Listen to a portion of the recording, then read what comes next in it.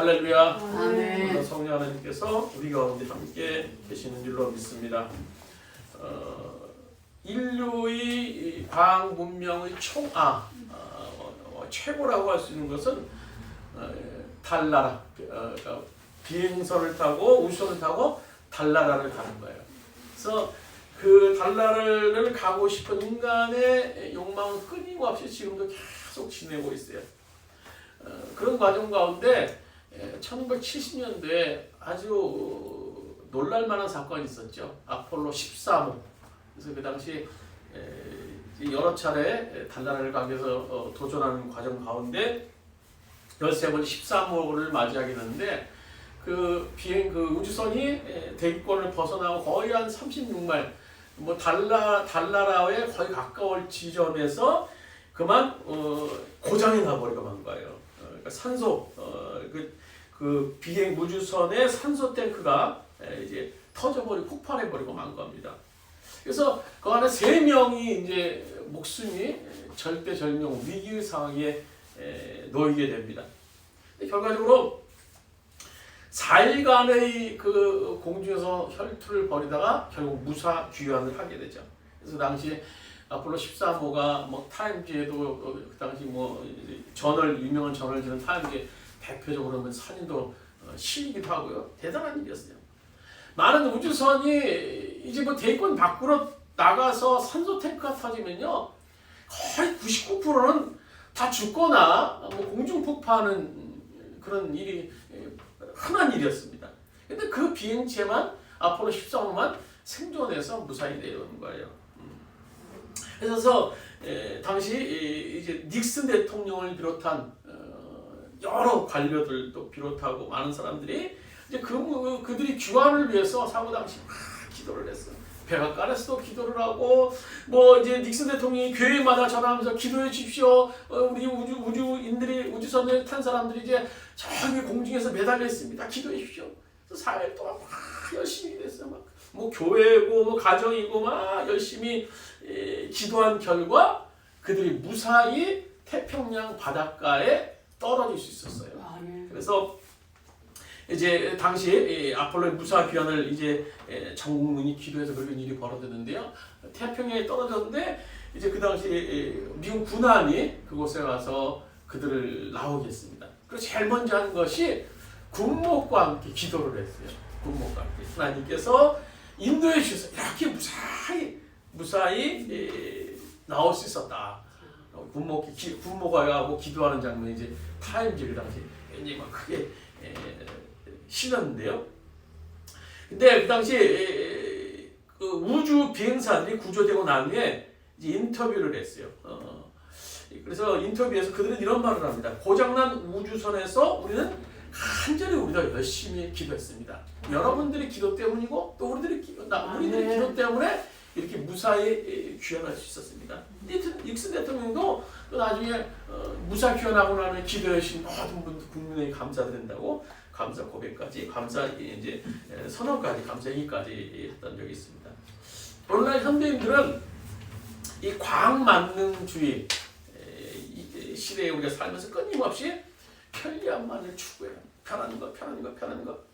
그 결과 뭐 인류는 무한하게 발전한 것 같아요.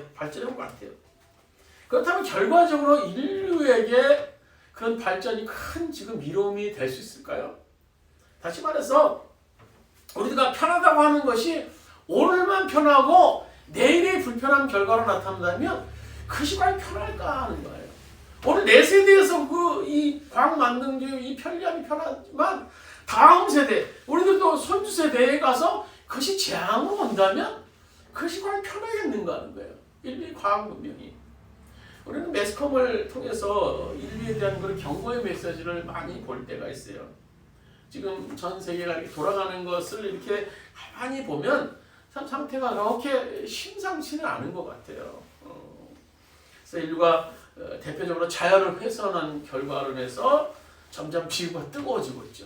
매일 뉴스마다 나오는 얘기가 그 기후가 오늘 얼마 상승했습니다. 계속 작년에 비해서 얼마 상승했습니다.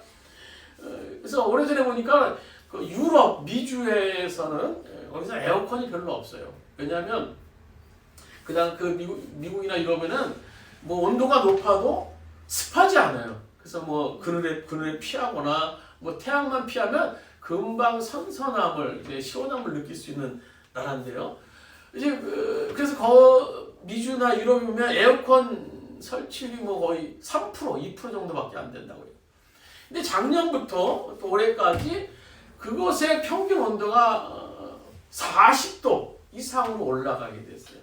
그래서 이제 에어컨 없이는 뭐 아무리 뭐 습기가 없다고 해도 버틸 수 없을 정도로 굉장히 심각한 그런 지경에 이르게 됩니다. 앞으로 지구 온도가 이제 얼마나 막 더 올라갈지 모르겠어요. 뭐 우리나라가 이제 뭐 이제 동남아처럼 뭐 바나나도 나고 파인애플도 난다고 그랬는데 참 어떻게 될지 모르겠어요. 그래서 기후를 연구하는 어떤 학자가 이런 말을 합니다.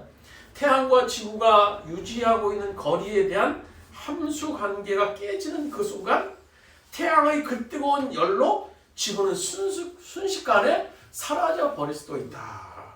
참 무서운 말이죠.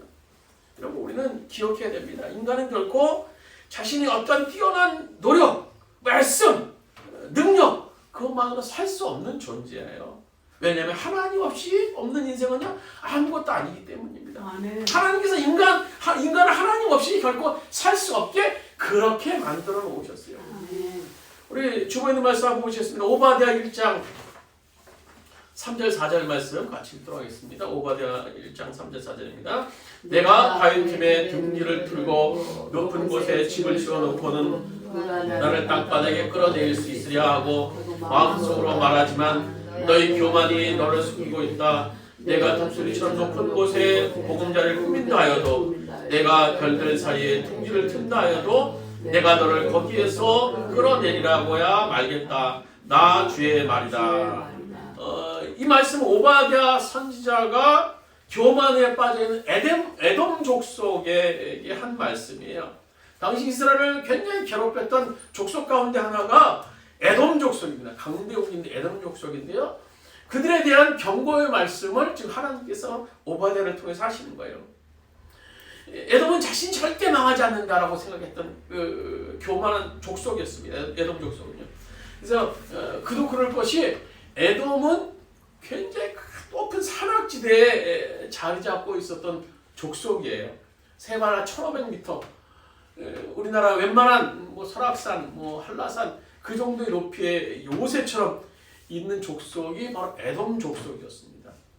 그래서 또 사방으로 외부에서 침범할 수 없는 위치였어요. 뭐 동쪽으로는 뭐 아라비아 사막, 또 서쪽으로는 또 아라바 광야, 북쪽으로는 세례 시내, 깊은 세례 시내가 있어요. 그러니까 들어올 수 있는 건 뻔해. 남쪽 하나, 그 높은 것은 남쪽 하나만 막으면 절대 에돔 족속은 망하지 않은 족속이에요.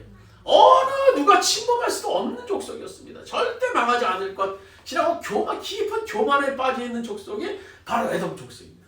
우리는 누가 와도 우리는 지킬 수 있는 족속이야. 그렇지만 결국 그들이 어떻게 됐습니까? 바벨론에 의해서 BC 581년에 아주 처참하게 멸망을 당합니다.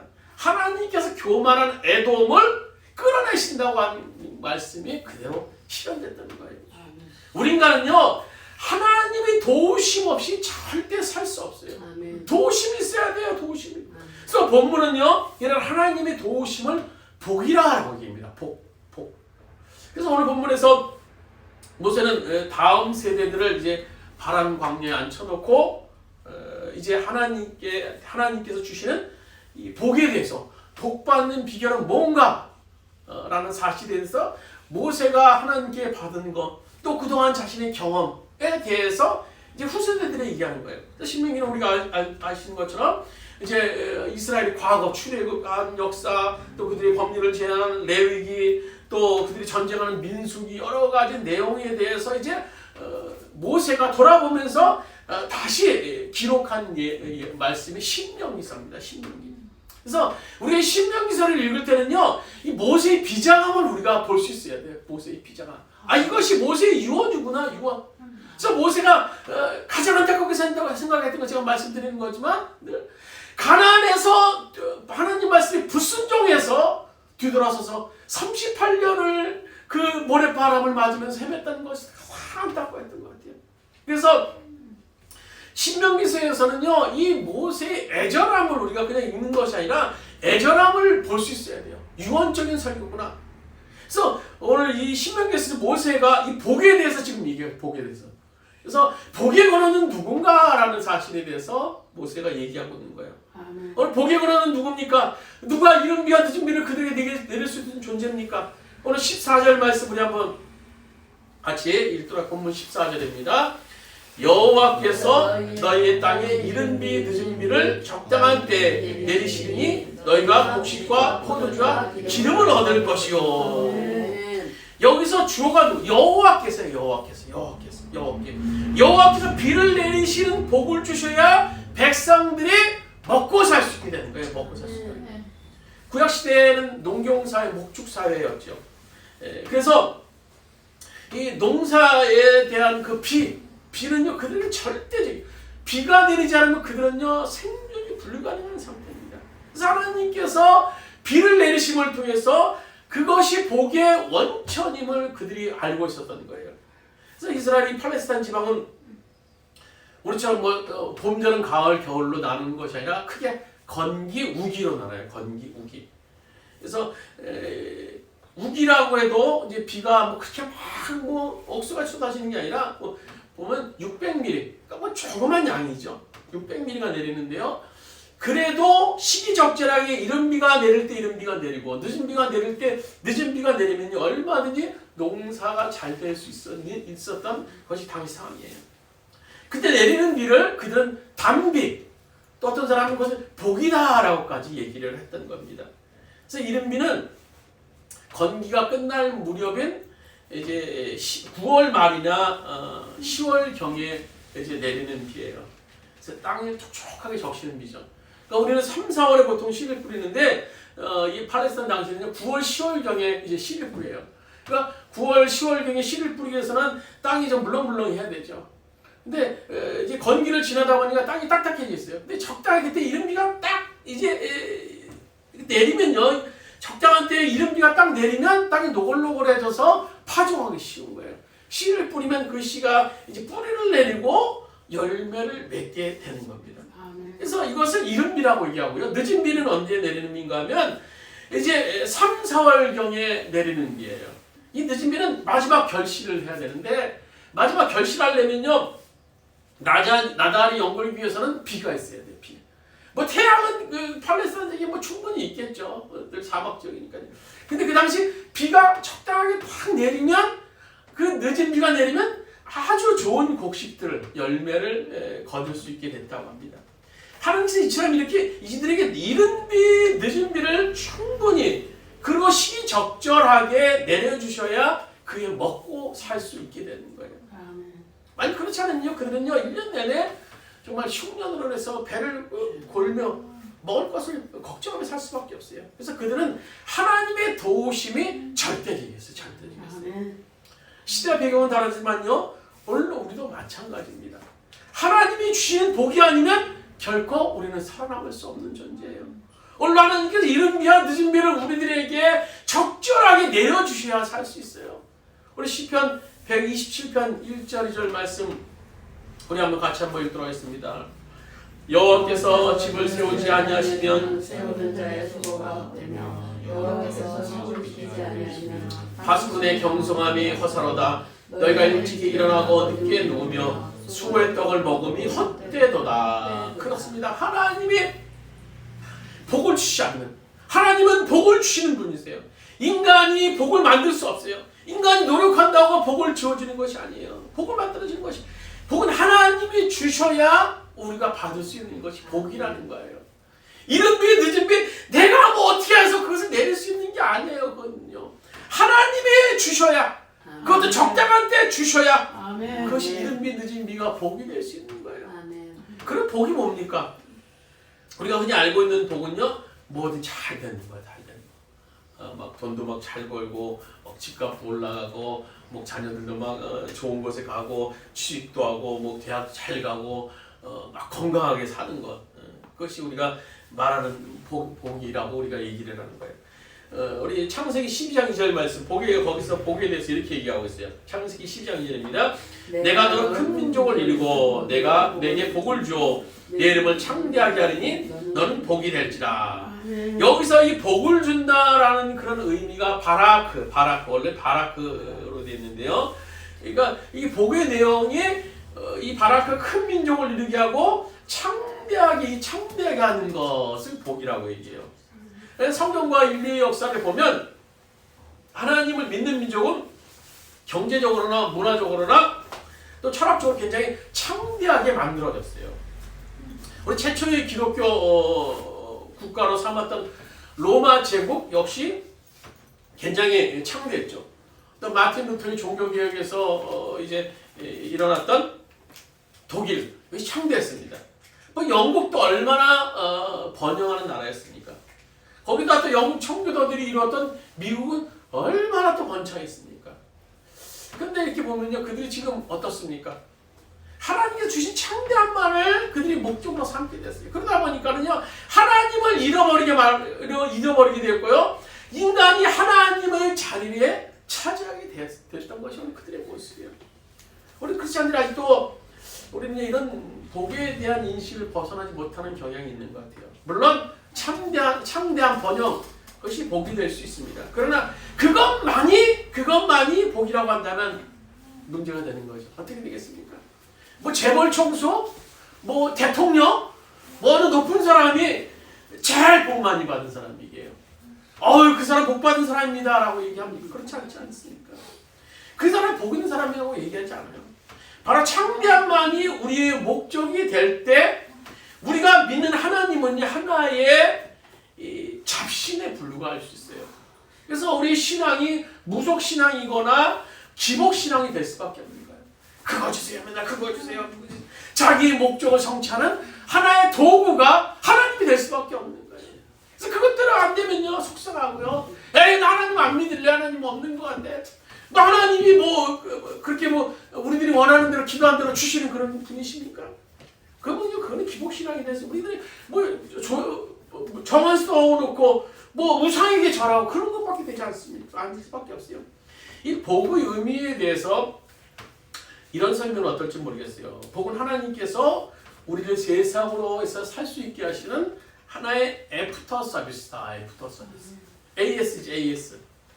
아무리 좋은 자동차 또 가전제품이 있더라도 AS가 있어야 돼. AS. 잘 타고 다니려면요. 그래서 자동차도 적절하게 검사도 받아야 되고 또 적절하게 또 우리 고장나면 고쳐줄 수도 있어야 되고요. 우리 가전제품도 쓰다 보면은 고장날 때도 있고 뜻하지 않게 또 사용되지 않을 때도 있어요. 근데 AS가 있어야 돼. AS. 근데 얼마 전에도 제가 오래전에 자동차 때문에 AS 센터를 한번 가봤는데요. AS 센터를 아주 편하게 만들어 놨더라고요. 그래서 거기 안마 의자, 전신 안마 되는 것도 어둡게 해놔가지고 여러 대 갖다 놓고 대기하는 사람들 거기서 앉아서 잠도 자고 TV도 보고 맛있게 편하게 해놨더라고요. 또 얼마 전에 삼성전자 또 AS 센터 가니까요, 원두 커피에다가 자기도 아주 편하게 AS 센터를 만들어 놓은 그런 기억이 납니다.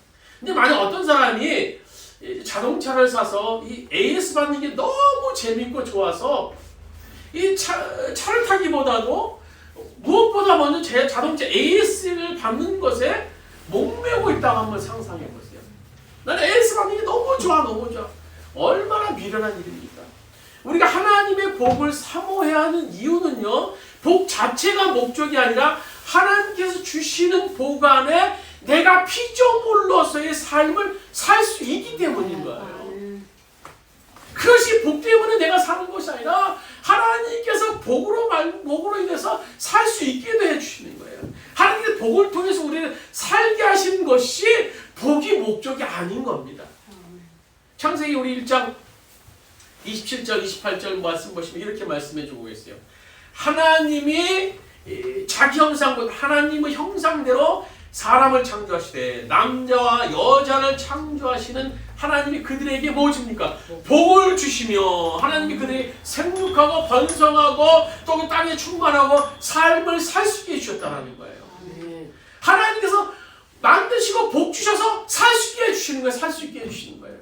그래서 하나님은 복을 통해서 인간이 세상에서 살 수 있게 하셨지만 타락한 인간의 욕심으로 인해서 인간은 복을 최고의 가치로 따르게 됐다는 겁니다. 복을 하나에 살 수 있게 주시는 그런 거였어요. 그래서 성경이 말하는 이 복의 의미가 도대체 무언가 하는 거예요. 복의 의미가. 우리 한번 성경 한번 주보에 넣었는데요. 우리 한번 찾아서 한번 보시겠습니다. 시편 73편 28절 우리 앞부분만 같이 한번 보겠습니다. 복이 뭔가? 시편 13편 28절 같이 한번 읽도록 하겠습니다. 같이 읽겠습니다. 하나님께 가까이함이 내게 복이라. 거기까지. 하나님께 가까이함이 뭡니까? 내게 복이라는 거예요. 복이란 뭐예요? 하나님께 더 가까이 나가는 것이 복이에요. 복이란 뭡니까? 하나님께 오늘보다 내일 더 가까이 나가는 것이 복이에요. 더 가까이 가면 갈수록 그것이 복이라는 겁니다. 내가 어떤 분과 친해졌어요. 근데 이제는요 너무나 친해졌어요. 친한 정도가 너무나 좋아요. 너무나 친한 정도가 아주 밀도가 너무나 가까워졌어요. 근데 그 친한 그분이요, 그 사람이 아무런 능력 없는 사람이 아니에요. 너무나 능력 있는 분이에요. 뭐 세상의 대통령보다도 너무나 능력 있는 분이에요. 어느 누구와 능력과 비교할 수 없는 분이에요. 근데 그분과 너무나 친해져서 이제 그분이 나를 위해서 목숨을 바칠 정도로 그분과 내가 너무나 친해졌어요. 그렇다면요, 그 사람이 뭘 걱정하겠습니까? 그게 뭐가 부족해요? 뭐가 부족해서 뭘 달라고 그러겠습니까? 그 친한 분도 목숨을 바칠 정도로 나하고 친밀한 분이 계신데 그가 뭘 더 원하겠어요? 아멘. 그러나 내가 세상에서 하는 일이 너무나 창대해져서 바빠서 사는 게 더 가까이 갈 여유가 없다면요, 그렇다면 그것이 하나님이 우리에게 주신 복이 아닐 수 있는 겁니다. 창대합니다. 진짜 하나님의 복 받는 사람은요, 시간이 가면 갈수록 하나님과 더 친밀해지는 사람, 더 가까워지는 사람, 그것이 이 땅에서 받을 수 있는 어떤 복보다 귀하다는 것을 알고 있기 때문인 겁니다. 그렇기 때문에 이 땅에서 추구하는 복은요, 그렇게 귀하게 여기지지 않아요. 뭐가 더 귀합니까? 하나님께 더 가까이 가는 것. 그분 능력 있는 그분과 더 가까이 가는 것. 오늘보다 내일 더 친한 것. 그래서 그분이 나를 위해서 행하신 그 일들을 바라보면서 더 친해지는 것. 그것이 복이라는 겁니다. 그걸 하나님께서 누구에게 그런 복을 주실까요? 마지막으로 오늘 세 번째로 보시면요, 복받는 비결에 대해서 말씀해 주고 계시는데요, 13절에 이렇게 말합니다. 13절입니다. 본문 13절 말씀 같이 읽도록하겠습니다. 내가 오늘 너에게 명하는 내 명령을 만일 청종하고 너희 하나님 여호와를 사랑하여 마음을 다하고 뜻을 다하여 섬기면, 하나님의 명령입니다. 하나님의 말씀을 오늘 명령을 얘기하는 백성들이 하나님 말씀에 청종하고 하나님을 사랑하고 하나님을 섬기면 14절에 어떻게 된다고 말씀합니까? 14절입니다. 여호와께서 너희 땅에 이른 비 늦은 비를 적당한 때에 내리시리니 너희가 곡식과 포도주와 기름을 얻을 것이요. 하나님이 앞에서 말씀드렸던 것처럼 이른 비와 늦은 비를 내리셔서 농사를 잘 되게 해주신다는 거예요. 누구에게? 청종하는 사람이. 청종은 뭡니까? 한자 그대로 풀면요, 들을 청, 따를 종자에 따른 종. 그래서 결국 하나님 말씀에 청종하는 사람이에요. 하나님 말씀에 순종하면 하나님께서 복을 주시겠다는 거예요. 신명기 전체에서 모세를 통해서 하나님 우리에게 주셔나고자 하는 말씀은 바로 순종이에요. 순종. 신명기 28장은 우리가 잘 아는 대로 축복과 저주에 대해서 기록한 장인데요, 거기 보면요, 하나님 말씀에 청종하는 것이 구체적으로 무엇인지에 대해서 이제 설명해 주고 계세요. 우리 주보에 보시면 신명기 28장 1절에서 6절 이렇게 기록되어 있죠. 내가 내 하나님 여호와의 말씀을 삼가 듣고 내가 오늘 내게 명령하는 그의 모든 명령을 지켜 행하면 내 하나님 여호와께서 너를 세계 모든 민족 위에 뛰어나게 하실 것이라. 내가 내 하나님 여호와의 말씀을 청종하면 이 모든 복이 내게 임하며 내게 이르리라 라고 기록하고 있어요. 이 모든 복이 내게 이르리라. 하나님 말씀에 청종하면 모든 복이 이른다는 거예요. 근데 청종에는 두 가지 이제 조건이 있었죠. 1절에 보시는 대로 말씀을 삼가 듣는 거, 듣고, 또 그 다음 절에, 다음 부분에 보시면 모든 명령을 지켜 행하면, 말씀을 듣고 그대로 지켜 행하는 것이에요. 그럴 때 하나님께서 복을 주시는데 어떻게 주신다고 2절에 기록하고 있습니까? 이 모든 복이 내게 임하며 내게 미치리라 라고 기록하고 있습니다. 아멘. 우리가 이 2절의 말씀 보면요, 뉘앙스가 잘 우리가 이 성경 말씀에 안 와요. 영어 성경에 보시면요, 여기 2절에 내게 임한다라는 것이 그냥 임하는 것이 아니에요. 거기 보면 NIV 성경에 come upon 이렇게 되어 있는데 이것은 그냥 찰싹 붙어 있는 거예요. 아멘. 그냥 임하는 정도가 아니라 아주 찹쌀들처럼 붙어 있는 것을 얘기하는 거예요. 또 여기 보면 내게 미친다라고 해요. 미치리니 이것은 뭔가 하면 accompany라고 그래가지고 함께 동행하는 겁니다. 함께 동행하는 거. 그래서 2절을 우리가 좀 더 뉘앙스 있게 풀어보면 이거예요. 이 모든 복이 내게 찰싹 붙어서 동행한다. 아멘. 찰싹 붙어서 동행하는 거예요. 그래서 3절부터 구체적인 그 복을 쭉 이제 하나님께서 기록해 주고 계시는데요. 하나님 말씀에 순종하기 시작하면요, 내가 복 받기 싫다고 해도 복이 막 우리를 뒤쫓아요. 찰싹 붙어서 그것도 나와 같이 가자. 그래서 하나님께서 우리에게 주실 순종에 따라 주실 복의 확실성에 대해서 말씀을 주고 계시는 거예요. 우리는 사실 하나님 말씀에 순종한다고 하지만 보면 말씀 위에 서는 경우가 참 허다해요. 그래서 성경 말씀을 듣고 읽다가도 내가 옳다 그러다 판단하는 경우가 참 많아요. 그래서 어떤 일이 보면 내가 말씀의 심판자처럼 행할 때가 있어요. 또 말씀을 보면서 이것이 나에게 손해가 될까?